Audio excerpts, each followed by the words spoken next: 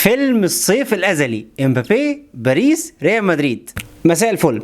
في الساعات اللي فاتت ظهرت مجموعه اخبار عن موضوع رحيل امبابي. اول حاجه باريس عرض امبابي للبيع وخلاص هيمشي الصيف ده. الحاجه التانية استبعاده من القايمه اللي رايحه اليابان استعدادا للموسم الجديد. الحاجه الثالثه والجديده بقى ان نادي الهلال السعودي في اخبار مؤكده برغبته بضم اللاعب. طبعا هيجي واحد يقول لي مستحيل يتخلى عن حلمه وريال مدريد والطفوله وبتاع والكلام ده كله. اقول لك تعالى ارجع معايا كام شهر لورا واسالك سؤال: هل كنت متخيل ان كريستيانو رونالدو وهو واحد من افضل اللعيبه على مر التاريخ في كره القدم انه يروح الدوري السعودي؟ طبعا هتقول لي لا، لكن دلوقتي الوضع مختلف تماما.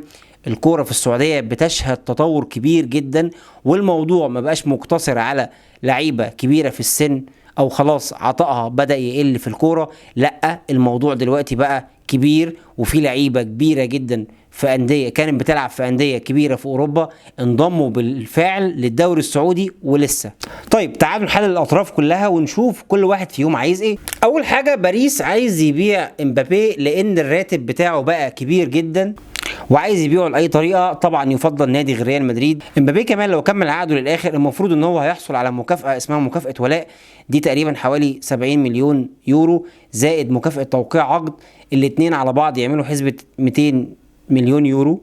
وموقف ناصر الخليفي من الموضوع ده ان مفيش مشيان ببلاش. الطرف الثاني اللي دخل جديد في الصوره وهو الهلال السعودي، في تقارير كتير بتؤكد ان هم عندهم رغبه قويه في ضم اللاعب تعويضا عن صفقه ميسي اللي كانت خلاص قريبه جدا، واللي كانوا هيدوا مليار يورو في 3 سنين، ومش هيبقى عندهم مانع لو ادوا مبابي نفس المبلغ. الطرف الثالث امبابي هو عايز يروح فين؟ طبعا كل الناس عارفه ان رغبته الاولى هو انه يروح ريال مدريد ويسير على خطى كريستيانو رونالدو ويحرز القاب كتير وياخد اعلى راتب والهداف التاريخي لنادي كبير زي ريال مدريد. وعشان يعدل من رغبته وانه يتخلى عن حلمه في ان هو يلعب لريال مدريد ويروح الدوري السعودي لازم يبقى عرض كبير جدا جدا. طيب ايه اللي يخلي واحد زي كيليان امبابي يروح يلعب في السعوديه وانه يتخلى عن حلمه في انه يلعب لريال مدريد؟ تاريخ اللاعب في التعاقدات هو اللي بيقول ان هو ممكن يفكر بشكل جدي لو جاله عرض قوي من السعوديه. اما بخصوص ريال مدريد فهم شايفين ان هم مش في حاجه ان هم يدخلوا صراعات، وفي الغالب هيستنوا اللاعب لما يكون حر او ان هو يستف اموره مع النادي وبعدها يكون في عرض رسمي وبعدها يتقدموا لشرائه. عايز اعرف رايك في اللي بيحصل في الصفقه دي وراي المدريديين بالذات. انا سقراط ودي كورتي.